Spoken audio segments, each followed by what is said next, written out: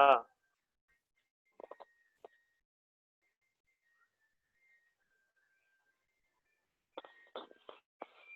Madam याचं काय झालं प्रशांत भूषण पुढे?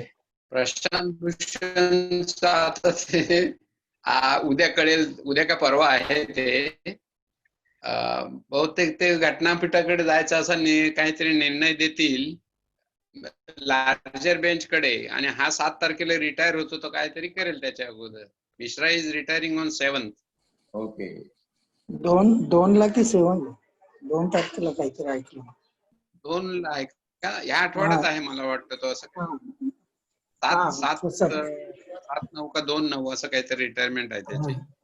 2 तारखेला मी ऐकलं. वाचलं मी कुठेतरी. ठीक आहे, मग तो आता काय एकच दिवस 2 दिवस बुधवारपर्यंत आहे. ते आता त्यांच्या अंगाशी आल्यासारखं झालंय, त्यामुळे प्रॉबेबली ते विल. आणि ह्यांनी पण रिकॉल साठी अर्ज घातलाय ना, तर प्रॉबेबली ते घटनापीठ काय निर्णय देईल, काय शक्यता वाटते? नाही, शक्यता अशी आहे घटनापीठ ते ह्यांच्याकडनं जाणार, मग ते दुसऱ्या बेंच जजेस कडे जाणार की नाही. मग दे जजेस will not consider it as a contempt. ह्यांनी जे कंटेम्प्टचं म्हणजे कन्क्लुजन केले, दॅट इज रॉंग. जगातला सगळा कायदा बघितला तर that itself is wrong. On the first principle that you cannot be judge and complainant at the same time. बरोबर. Notice is, suppose the notice was to issue by some other judge and the other bench has to heard, it is something different.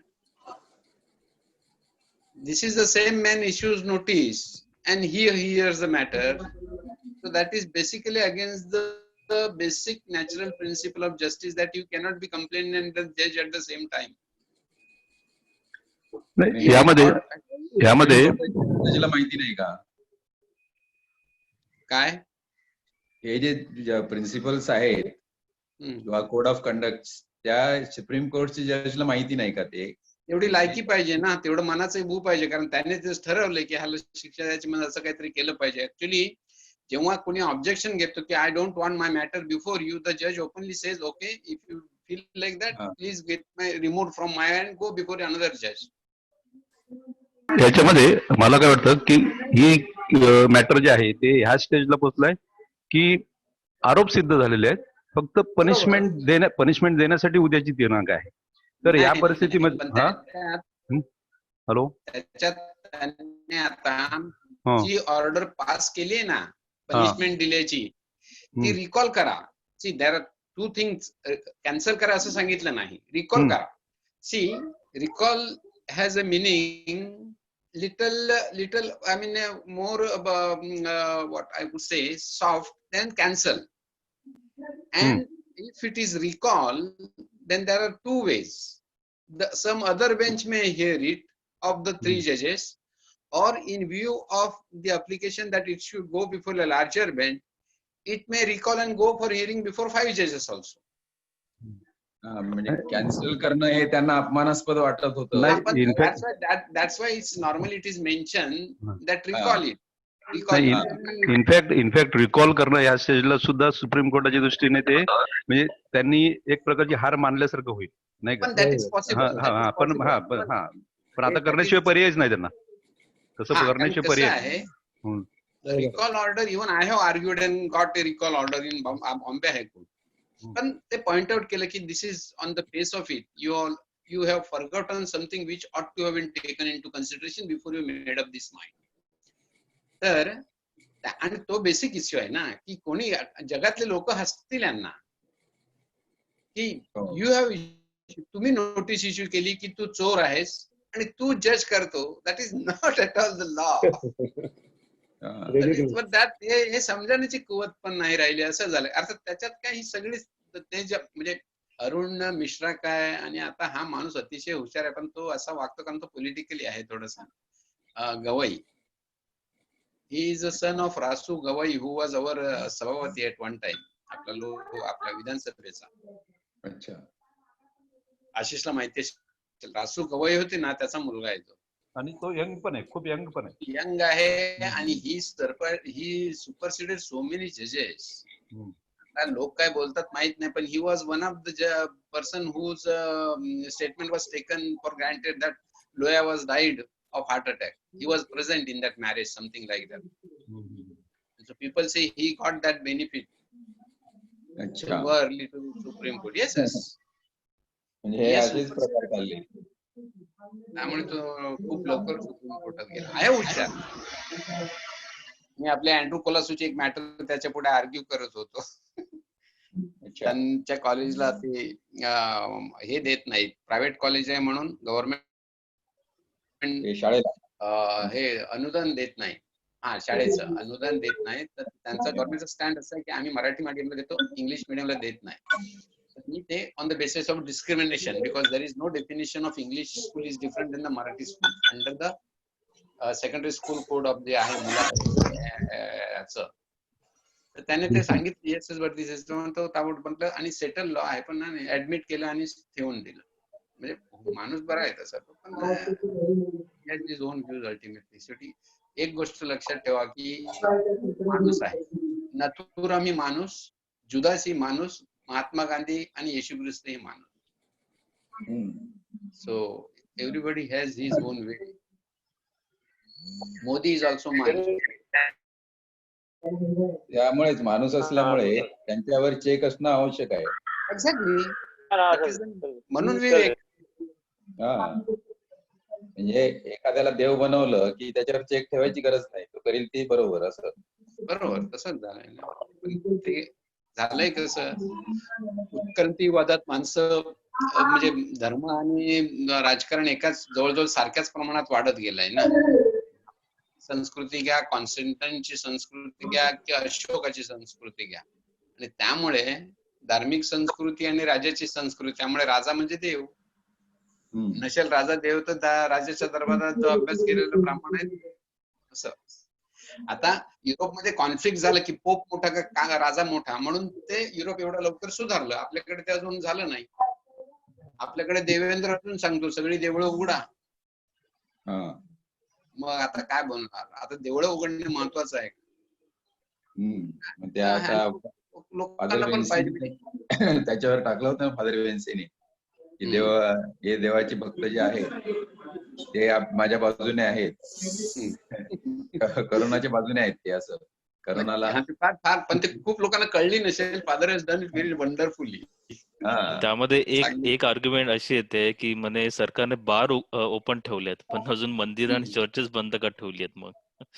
अरे दारू essential आहे, मंदिर काय essential आहे का? नाही म्हणजे चांगला एक डिबेट चालू झालाय.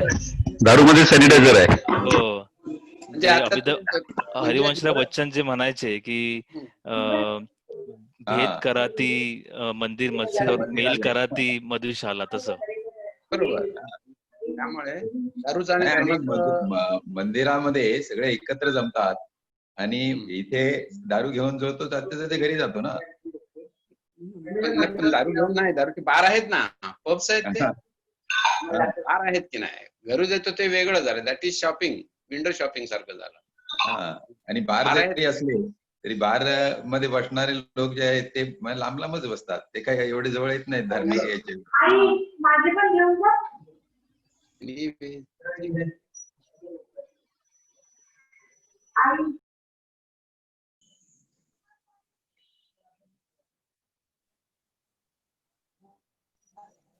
पुढे आज काय विशेष? मग फ्रान्सिस डिसोजा आलाय आपल्यामध्ये म्हणे. फ्रान्सिस डिसोजा, मायकल जी, गुड. ते आपल्या विलासने रिक्वेस्ट केली म्हणजे घ्या त्यांना. बरोबर. नाही घ्या म्हणजे काय, सगळ्यांसाठी. आम्ही कोणाला घेत नाही, या तुम्ही. ओपन आहे म्हटलं. फक्त काय तुम्ही म्हटलं काय अतिरेकी काय पोस्ट टाकू नका जास्त. हा एवढं. इथे विवेकाला महत्व आहे तेवढं लक्षात ठेवा का झालं, बाकी काय. आजमेळा सर, आज आपण जेई आणि नीटच्या परीक्षेचा जो पुढे ढकलायचा काय तो घोळ चाललाय त्याबद्दल थोडीशी चर्चा करूया का? ते आता महापुरे सर काय म्हणतात बघूया. ते काय हॅलो आवाज येतो, बोल बोल. हा, ते आता शाळा सुरू करण्यासंबंधी सुद्धा घोळच सुरू आहे. कारण इतर परीक्षा सुद्धा कशा घ्याव्यात हा एक हा प्रॉब्लेम सर, आहे. ऐकतोय मी. हा तर आता साधारण काय तुमच्या याच्यामध्ये काय चर्चा आहे की या परीक्षा वगैरे 12वीच्या वगैरे परीक्षा कशा काय घेतल्या जातील? परीक्षांचं अवघड आहे सध्या तरी. ऑनलाईन जे पर्याय आहे तेवढंच करता येईल त्यांना, असं फिजिकली काही करता येणार नाही असं वाटतंय मला. नाही म्हणजे शिक्षण खात्याच्या लेवलला त्याच्यावर चर्चा चालू आहे आणि काही व्यवस्थित सुरक्षित हे करून परीक्षा घेता येतील का काय चाचपणी चालू आहे म्हणे. चालेल. आता त्यांनी ट्रायल बेसिस वरती नीट आणि जेईची परीक्षा आहे. आता 1 तारखेपासून जेईची आणि 13 तारखेला नीटची आहे. आता तिथं काय स्फोट होतोय त्यानंतर मग ते धोरण आखतील की यातून प्रॅक्टिकली केल्यानंतर नेमकं काय होतं हे त्यांना 13 तारखेला समजेल. त्यानंतर रिझल्ट, त्यानंतर ते परीक्षेबाबत धोरण आखतील असं मला वाटतं. हे पहिल्यांदाच लॉकडाऊन नंतर पहिल्यांदाच ही परीक्षा होते ऑल पूर्ण देशामध्ये. हे जर सक्सेस झाली तर मग ते कॉलेज लेवलला, स्कूल लेवलला राबवतील. कदाचित पहिल्यांदा कॉलेज लेवलला राबवतील की जिथं मुलांना सोशल डिस्टन्स समजतो. पहिल्यांदा सिनियर राबवतील, पुन्हा ज्युनियर आणि पुन्हा 9वी 10वी असं करत ते लास्ट लेवलला येतील, वरून येतील ते खाली. हा, त्यांना ते जेई किंवा नीटची परीक्षा घेताना त्यांना त्या विद्यार्थ्यांना कळवावं लागेल की सोशल डिस्टन्सिंग नियम पाळणे आणि सॅनिटायझेशन करणे वगैरे. परंतु लहान मुलांना समजत नाही. नाही, हे जेई आणि नीटचे विद्यार्थी मोठे असतील ना. हो हो हो, ते 12वीला असणारे त्यांना सेन्स असतो, ते बरोबर पाळतील. परंतु ते लहान मुलं आहेत 9वी नंतरचे त्यांना समजत नाही ना. म्हणजे लहान मुलांच्या बाबतीत ते मला वाटतं सुरू करण्याचा आता निर्णय घेणार नाहीत अजून. नाही महापुरे सर, याबाबत कोर्टाने निर्णय दिला ना चालू करा एक्झाम, आणि परंतु 6 राज्ये फेरविचारासाठी कोर्टात गेलेत. ते कसं काय आता 1 तारखेला परीक्षा चालू होतात जेईच्या. हा, थँक्यू.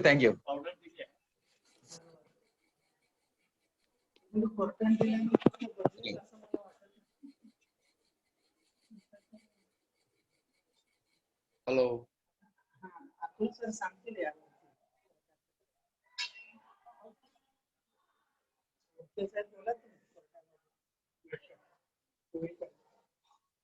काय झालं? हॅलो.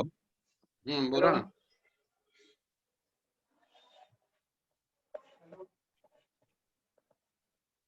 हॅलो. हो, काय झालं? हॅलो. शाळा वगैरे सुरळीत सुरू करायला हे वर्ष जाईल असं मला वाटते. बरोबर. जोपर्यंत या लसीकरणाचं वगैरे प्रोग्राम सुरू होणार नाही तोपर्यंत शाळा वगैरे सुरू करण्याचं धाडस कोणी करणार नाही आणि पालक सुद्धा त्याला साथ देतील असं वाटत नाही. सुप्रीम कोर्टाने जे म्हटलंय ना ते ओनली फायनल परीक्षा आहे, म्हणजे बीएचं एम एच त्यांना सर्टिफिकेट तुम्ही विदाउट एक्झाम कसं देऊ शकता? मला वाटतं आता एकंदरीत म्हणजे कोरोनाच्या काळात जी काही अभूतपूर्व परिस्थिती निर्माण झालेली आहे आणि त्यामुळे मग परीक्षा घ्यायच्या की नाही घ्यायच्या किंवा जे हप्ते आहेत हप्त्यावरचे म्हणजे 3 महिने हप्ता लांबणीवर वसुली करावी, म्हणजे 3 महिन्यानंतर बँकेने वसुली करावी की त्यावरचं कर्ज माफ करावे की न करावं, की इतर जे काही प्रश्न या बाबतीमध्ये आरबीआय असेल किंवा शिक्षण खाते असेल किंवा सरकार असेल, म्हणजे लॉकडाऊन असावं की नसावं ज्या बाबतीत, तर मला वाटतं या ज्या वेगवेगळ्या बॉडीज ज्या आहेत त्या मला वाटतं कुठेतरी निर्णय घेण्यामध्ये कमी पडत आहेत आणि त्यामुळे गोंधळाची परिस्थिती येऊन सर्व निर्णय फायनली सुप्रीम कोर्टाकडे येत आहेत असं दिसतंय. आता शिक्षण खात्यामध्ये समजा परीक्षा न घेता मुलांना पास करायचं की नाही करायचं हे सुप्रीम कोर्टाने निर्णय घेण्याचा हे नाहीये, क्षेत्र नाहीये. म्हणजे सुप्रीम कोर्ट ह्या बाबतीत आता काही ठिकाणी शिक्षण खातं जे आहे ते वर्षभराच्या कामाचा आढावा घेऊन पुढच्या वर्गात प्रमोट करते. म्हणजे आता फायनल परीक्षा जरी असली तरी त्या परीक्षेचं अगोदर मूल्यमापन काही टप्प्यावर झालेलं असतं आणि नाही पण त्यामुळे सर मुद्दा हा आहे की या ज्या वेगवेगळ्या ज्या बॉडीज आहेत की हा, पदवी परीक्षा घ्यावी की न घ्यावी हा घोळ इतक्या महिन्यापासून चालू आहे, तर कुठेतरी म्हणजे तो निर्णय युजीसी लेवलला किंवा जे आपलं एचआरडी मिनिस्ट्री आहे किंवा स्टेट गव्हर्नमेंट आहे या तिन्ही पातळ्यावरती तो सॉल्व्ह व्हायला हवा होता. पण तो बरोबर. दुर्दैवाने सुप्रीम कोर्टापर्यंतच त्याला जावं लागलं. नाही, ह्याला बेसिक कारण असं आहे ना की विचारात दोन दोन दोन व्ह्यूज आहेत. एक व्ह्यूज असा आहे, मेजॉरिटी व्ह्यू त्याला मी असं म्हणेन, की त्यांना असं वाटतं की परीक्षा घेणं धोक्याचं आहे. मायनॉरिटी व्ह्यू पण ज्यांच्या हातात ताकद आहे, वरचा क्लास जो आहे, त्यांना वाटतं की परीक्षा घेतल्या पाहिजेत, जेवढे कमी पास झाले तेवढे बरे. असं म्हणजे कसं आहे, इफ यू ऑब्झर्व, परीक्षा घ्याव्यात आणि घेतल्याच पाहिजेत किंवा शाळा उघडल्याच पाहिजेत अशी म्हणणारी मंडळी कोण आहे ती जरा बघा. आणि नाही, अल्बर्ट सर, त्या बाबतीत सुप्रीम कोर्टाने परीक्षा घ्यायला नाही गेल्यात, परंतु 6 राज्य जे फेरविचारासाठी कोर्टात गेले त्यासाठी काय परिस्थिती आहे? त्यांची परिस्थिती त्यामुळे ती म्हणून डॅनियल बोलणार की गोंधळाची परिस्थिती आहे. बरोबर.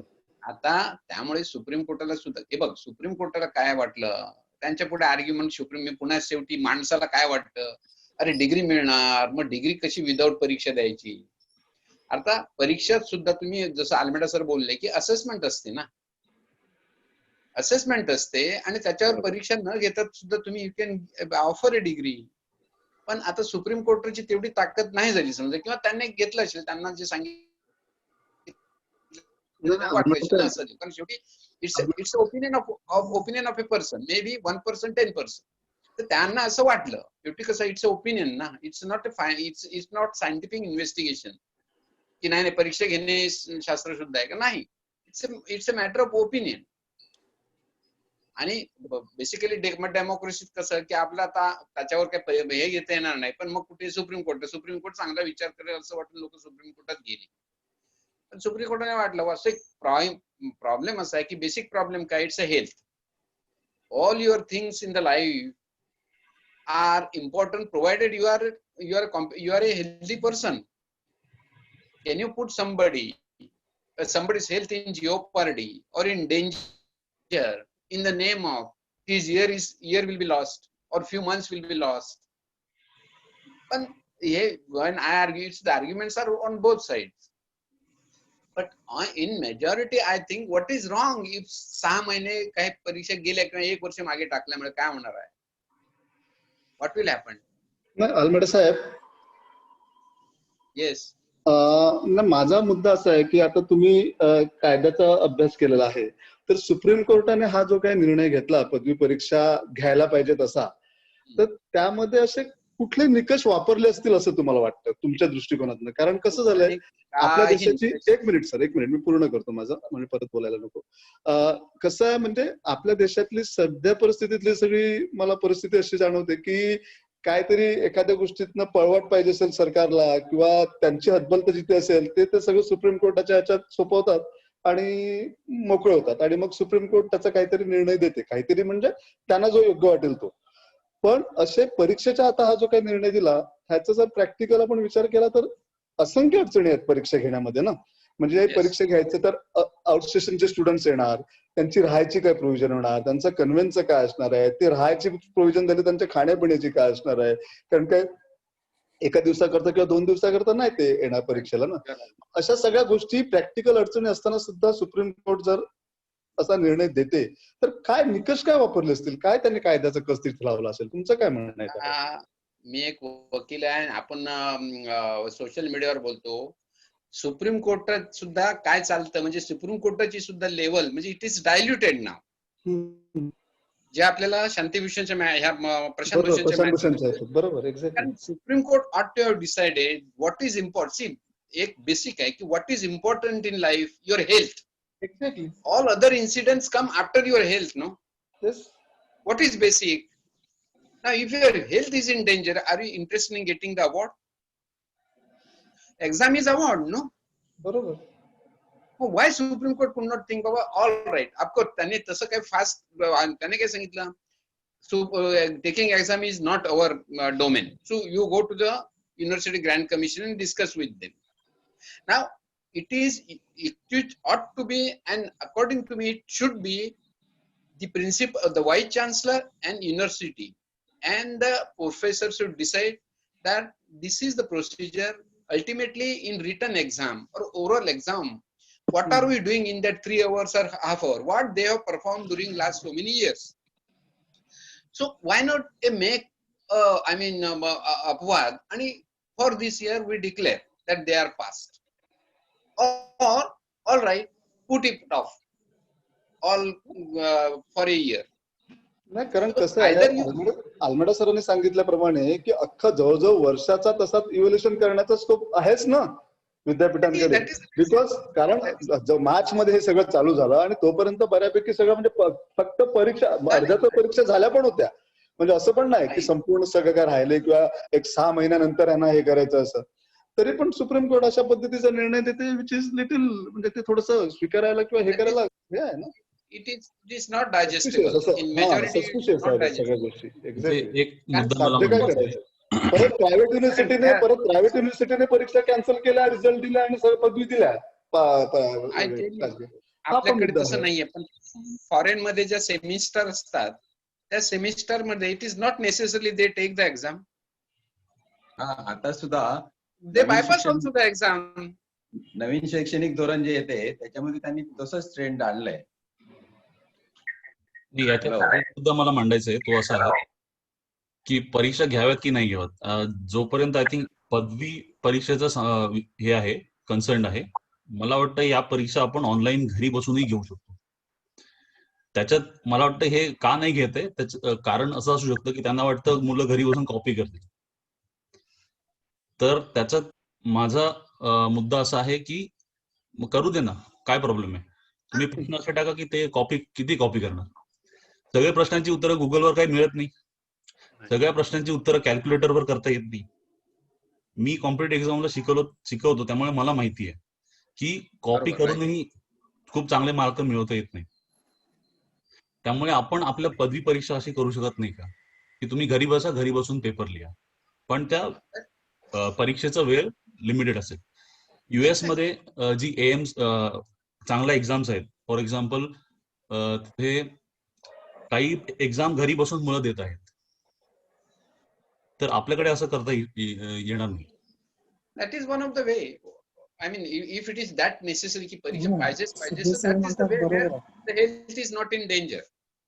नाही, मुळात हा जो कन्सेप्ट आहे ना की परीक्षा दिलीच पाहिजे, म्हणजे आता सिद्धेशने म्हटल्याप्रमाणे घरी बसून देखील परीक्षा देता येऊ शकते, परंतु परीक्षा, हॅलो आवाज येतो का? हा सर, परीक्षा हा जो कन्सेप्ट आहे ना हा सर्व जगभर आहे असं नाही. आता आमचे शालेट आहे ना कॅनडामध्ये, ती आता MA चा अभ्यास करते तिथे, तर त्यांच्याकडे परीक्षा नाही आणि त्यामुळे तिला कधी कधी असं फील होतं की अरे परीक्षा नाही, ती परीक्षा असती तर आपल्याकडे जशी एन्झायटी निर्माण होते की आता परीक्षा जवळ आली आहे, अभ्यास केला पाहिजे वगैरे, तसं नाहीये तिथे. आणि त्यामुळे तिला उलटी एन्झायटी वाटते की अरे आता परीक्षा नाही, ती काय करायचं, कारण ती वर्षानुवर्षे सवय झालेली आहे. मग तिथे काय पद्धत आहे, तिथे डे टू डे जो काम चालतं त्याच्यावर रिसर्च केला जातो, त्याच्यावर पेपर तयार केले जातात, त्या पेपरवर डिस्कशन होतं आणि त्या डिस्कशनच्या आधारे तिथे त्यांचे जे विद्यार्थी असतात ते, त्यांचे जे शिकवणारे प्रोफेसर असतात ते त्यांचं इव्हॅल्युएशन करतात आणि त्यांना त्याच्यावर ग्रेड दिली जाते. म्हणजे परीक्षा असा कन्सेप्टच नाहीये. म्हणजे या लेवलला तरी BA MA वगैरे ग्रॅज्युएशनच्या कॉलेजच्या याच्यामध्ये तर तिथे परीक्षेशिवाय चालू शकतं. मग आपल्याकडे हे जे आहे ते परीक्षेचं कन्सेप्ट जो डोक्यात बसलेला आहे, त्यामुळे ते कॉपी प्रकरण अमुक तमुक हा जो आहे हे परीक्षेत मार्क मिळवणं एवढ्या पुरतं आपण आपलं विद्या किंवा ज्ञान मर्यादित केलेलं आहे आणि त्यामुळे ते परीक्षा कशी पास होऊ याच्यावरच प्रत्येक विद्यार्थ्याचं, शिक्षकाचं लक्ष केंद्रित झालेलं आहे. ते खरं म्हणजे परीक्षा हा आपल्या शिक्षणाचा असा भाग आहे की ज्याच्यामुळे आपण तपासतो किती ज्ञान मिळालं ते, परंतु ज्ञानच न मिळवता परीक्षा देणं हा आता सगळीकडे ट्रेंड झालेला आहे. म्हणजे तो परीक्षेमध्ये मार्क कसे मिळतील आणि त्यामुळे परीक्षेत मिळालेले मार्क, त्याचं सर्टिफिकेट हे आता त्या ज्ञानाचं प्रमाणपत्र राहिलेलं नाही. म्हणजे एखादा इंजिनियर होतो, डॉक्टर होतो, त्याच्याकडे सर्टिफिकेट आहे, परंतु नॉलेज नसतं आणि त्यामुळे प्रत्यक्ष व्यवहारात तो उपयोगी ठरत नाही. आता आपल्या कॉलेजेस मधून बाहेर पडणारे इंजिनियर्स जे आहेत, त्यांचं ट्रेनिंग पुन्हा त्या कंपन्यांना घ्यावं लागतं. इन्फोसिस म्हणा किंवा टाटा कन्सल्टन्सी, हे त्या विद्यार्थ्यांना ट्रेनिंग देण्यासाठी 6-6 महिने लावतात. कारण काय, तर त्यांच्याकडे सर्टिफिकेट आहे परंतु नॉलेज नाहीये, अशी परिस्थिती आहे. ते तर त्यामध्ये मला एक मुद्दा असा मांडायचा होता की आपण जर बाहेरील जे देश आहेत, युरोपियन असतील किंवा अमेरिकन, तर तिकडे अशी पद्धत आहे अमेरिकेत तरी, की हायस्कूल नंतर तुम्हाला जेव्हा कॉलेजमध्ये ऍडमिशन घ्यायचं असतं, तेव्हा तुमच्या हायस्कूलचे मार्क एवढे विचारात घेतले जात नाहीत. तर तुम्हाला जर ज्या कॉलेजमध्ये ऍडमिशन घ्यायचं असेल, तिकडे जेव्हा तुम्ही अप्लाय करता, तेव्हा तेथील कॉलेज तुम्हाला काही प्रश्न विचारते. जेनेरिक प्रश्न असतात ते, की तुम्हाला समजा इकॉनॉमिक्स या शाखेत जर प्रवेश घ्यायचा असेल, तुम्हाला अर्थशास्त्राविषयी किंवा इकॉनॉमिक्स विषयी काही प्रश्न असतील, त्या प्रश्नावर तुमचं मत काय आहे ते तुम्हाला 3000 5000 अशा शब्दामध्ये लिहावं लागतं. आणि असे जेव्हा तुम्ही निबंध लिहावे लागतात इतक्या मोठ्या स्वरूपात 3000 5000 शब्दामध्ये, तेव्हा तुम्हाला स्वतःचं मत मांडावं लागतं, तेव्हा तुम्हाला वाचन करावंच लागतं. आणि अशा रीतीने मग तुमचं इव्हॅल्युएशन तर होऊनच जातं. परंतु ती परिस्थिती इंडियामध्ये थोडीशी अंमलात आणणं कठीणच आहे. कारण इंडियामध्ये लोकसंख्या जास्त असल्याने एवढं वैयक्तिक अटेन्शन, म्हणजे प्रत्येक विद्यार्थ्यांचं असं निबंध शांतपणे वाचणं आणि ते असेस करणं, हे थोडं डिफिकल्ट असू शकतं. परंतु बाहेरील देशामध्ये अशीच पद्धत अस्तित्वामध्ये आहे, की आपला जो ढाचा जो आहे की प्रश्न आणि उत्तरं, आणि ती न बघताच लिहिली पाहिजेत, हा जो ढाचा जो आहे तोच मुळात चुकीचा आहे. म्हणजे ओपन बुक टेस्ट एक चांगलं वायबल ऑप्शन आहे, परंतु तो लोकसंख्येच्या कारणानं आपण तो अडॉप्ट करणं थोडं डिफिकल्ट जात असावा. एक्झॅक्टली डॅनियल, याच्यात मी एक उदाहरण देऊ इच्छितो. आम्ही आय थिंक आमच्या इन्स्टिट्यूट तर्फे रिक्रुटमेंटला IIT बॉम्बेमध्ये गेलो होतो. तिथे आम्ही जे इंटरव्ह्यू घेतले, रिटर्न टेस्ट घेतली. आम्ही मुलांना सांगितलं, जो पेपर आहे तो ओपन इंटरनेट पेपर आहे, तुम्ही कॅल्क्युलेटर वापरू शकता, तुम्हाला इंटरनेट वापरायचं तर वापरू शकता, पण प्रश्न एक तासात सोडवले पाहिजे. एवढं असूनही 50% मिळवताना त्यांना घाम घालावा लागला. कारण प्रश्न असे होते की तुम्ही इंटरनेटवर सर्च करून किंवा कॅल्क्युलेटर वापरून तुम्हाला उत्तर त्याचे नाही शोधता येत. जो मुद्दा डॅनियलने सांगितला की आपल्याला असे प्रश्न विचारले की ज्यामुळे विद्यार्थ्यांना विचार करायला लागेल, तर कॉपी हा मुद्दा राहणारच नाही आणि मग आपण घरी बसूनही एक्झाम्स या घेऊ शकतो. मग यासाठी कुठेतरी आपल्याला आपल्या मूळ एक्झामचं जे मूळ स्वरूप आहे ते बदलणं गरजेचं आहे. आता नवीन त्याच्यामध्ये सिद्धेशचा जो मुद्दा आहे ना, की असे प्रश्न विचारले पाहिजेत. म्हणजे आता काय झालंय की प्रश्न विचारणारे जे एक्झामिनर आहेत ते स्टिरियोटाइप प्रश्न तयार असतात ते विचारतात आणि त्यामुळे कॉपी करण्याचा प्रश्न येतो. आता सिद्धेशने म्हटल्याप्रमाणे असे जर प्रश्न विचारायचे असतील की जे विचार करायला लावतील आणि ते गुगलवर वगैरे कुठे सापडणार नाहीत, तर इथे एक्झामिनरचं काम जे आहे ते वाढतं. म्हणजे तेवढे कॉम्पिटंट एक्झामिनर पाहिजेत, तेवढा वेळ देणारे एक्झामिनर पाहिजेत, हे महत्वाचं आहे. म्हणजे मुद्दा हा आहे की तुम्ही परीक्षा घेणारे जे आहेत ते तेवढे कॉम्पिटंट नाहीत, म्हणून त्यांना अशा प्रकारची परीक्षा घ्यावी लागते की क्रमाने बसवा, त्याच्यावर सुपरवायझर ठेवा, कॉपी करू देऊ नका, स्ट्रिक्ट रूल करा. याचं कारण तुम्ही परीक्षा घेणारे जे आहेत ते तेवढे कॉम्पिटंट नाहीयेत. शिक्षक असे कॉम्पिटिटर एक्झामिनर तयार करावे लागतील. बरोबर. इनफॅक्ट फॉरेन कंट्रीज मध्ये जी काही कंटिन्युअस आणि कन्करंट असेसमेंट आहे, ती कंटिन्युअस आणि कन्करंट असेसमेंट करणारी जी ऑथॉरिटीज आहेत ते फार रिलायबल आहेत. आपल्याकडे जेव्हा शाळांना SSC परीक्षेला 20 मार्क द्यायचं अधिकार दिले, तेव्हा शाळांनी काय केलं? 20चे 20 सगळे मार्क दिले. हे जे आहे ती रिलायबिलिटी नाही आपली. म्हणजे ती योजना खूप चांगली आहे, फॉरेन कंट्रीज मध्ये आहे, पण त्यासाठी आपण जी असेसमेंट करणारी ऑथॉरिटी जी आहे ती रिलायबल नाही. त्यामुळे काय झालंय की त्यावरती कोण विश्वास ठेवायला तयार नाही. एखाद्या कॉलेजनी मुलांना चांगले मार्क देऊन बाहेर पाडलं तर ती कॉलेज किती दर्जाचं आहे ह्याच्यावरती बघितलं तर तिकडे याच्यात हे तुम्ही म्हणतात त्याच्यात प्रॉब्लेम असा आहे की हे इंटरनल असेसमेंट आहे. त्यामुळे जो असेसमेंट करतो त्याला माहिती आहे कोणत्या विद्यार्थ्याचं असेसमेंट चालू आहे. पण समजा असेसमेंट इंडिपेंडेंट झालं की जो प्रश्न तपासतोय त्याला माहित नाही मी कोणाचा प्रश्न तपासतोय, तर हा मुद्दा राहणार नाही त्याच्यामध्ये. नाही, मुळात मुद्दा आशिष साहेब असा आहे की परदेशामध्ये जो पॅटर्न आहे तो आपल्या इकडच्या शिक्षण पद्धतीशी आपण कम्पेअर करावं का, तुलना करावी का त्याची, हा सगळ्यात महत्वाचा मुद्दा आहे. कारण तिथे गुणवत्तेला जास्त महत्व दिलं जातं असं मला वाटतं. व्हेअरएज आपल्याकडे शिक्षणाचा जो पॅटर्न आहे तो गुणवत्ता सिद्ध करण्यापेक्षा त्याचं व्यावसायिकरण आणि ह्या सगळ्या गोष्टीमध्ये त्याच्यावर जास्त हे केलं जातं, भर दिला जातो. त्यामुळे हे जे तुम्ही म्हणता ना की तशा पद्धतीने व्हायला पाहिजे, की नुकतं सिद्धेशने सांगितलं त्याप्रमाणे की ह्यामध्ये एक्झामिनरनी जे काही इन्व्हॉल्वमेंट घ्यायला पाहिजे, तर मुळात त्यांची ती इच्छाशक्ती तर पाहिजे ना ह्या सगळ्या गोष्टी करता. लागणारा वेळ आणि जे डेडिकेशन द्यायची गरज आहे ती द्यायची, तेच दिसत नाही ना आपल्याकडे. म्हणून मग असे निर्णय होतात, कुठले तरी दिसाडगाईने काहीतरी कोणाला तरी विरोध करण्याकरता किंवा कोणाला तरी सोयीचे ठरण्याकरता, म्हणून असे निर्णय घेतले जातात असं मला वाटतं. नाही संजय, तू जे म्हणतो ते ऍक्च्युअली आपल्याकडे जी शिक्षण पद्धतीमध्ये सुधारणा केली जाते ना, ती बऱ्याच वेळेला तिकडच्या गोष्टी बघूनच केले जातात. म्हणजे परदेशात काय चाललंय. हॅलो हॅलो हा सर बोला. हा, तर त्याची कॉपी करण्याचा टाइम संपत आला का? हा 1.5 मिनिट आहे, तुम्ही बोला सर. हा, तर तिकडची कॉपी करण्याचाच प्रयत्न असतो, परंतु तो कॉपी करत असताना आपल्या इकडची जे लिमिटेशन्स असतात त्यामुळे पुन्हा ते मूळ जसं आहे तसं न वापरता मग ते आपल्याला सोयीस्कर असं वापरलं जातं. आता आपल्याला जर समजा तिकडची जी रिलायबिलिटी आहे किंवा तिकडच्या शाळांची जी मान्यता आहे, कॉलेजची जी महत्व आहे ते इथे आणायचं असेल तर त्या लेवलला तेवढी स्वायत्ता प्रत्येकाला दिली पाहिजे. आता समजा मुंबई युनिव्हर्सिटीने काही कॉलेजेस स्वायत्त केली आहेत, जेवियर्स कॉलेज वगैरे, तर त्या कॉलेजला आता ती मान्यता मिळाल्यामुळे तो विद्यार्थी जेवियर्स कॉलेजचा आहे या गुणवत्तेच्या आधारे त्याला पुढे कुठेही नोकरीसाठी वगैरे प्रवेश मिळेल आणि मग त्या कॉलेजची सुद्धा महत्व वाढेल आणि त्यांना सुद्धा तेवढंच जबाबदारीने वागावं लागेल. म्हणजे ही रिलायबिलिटी जी आहे किंवा ट्रस्ट जो आहे तो असा त्यांच्यावर जबाबदारी टाकल्यानंतर आपोआप येतो. आज काय झालंय की कोण पेपर तपासतं, कोण मार्क देतं याचा काय पत्ताच नसतो आणि त्यामुळे कोणी शिकवलं, कोणी मार्क कोणी दिले, सर्टिफिकेट कोणी दिलं हे कोणाला पत्ता नाही. म्हणजे तिथे रिस्पॉन्सिबल माणूसच नाही कोणी आणि त्यामुळे ही रिलायबिलिटी नाहीशी झाली.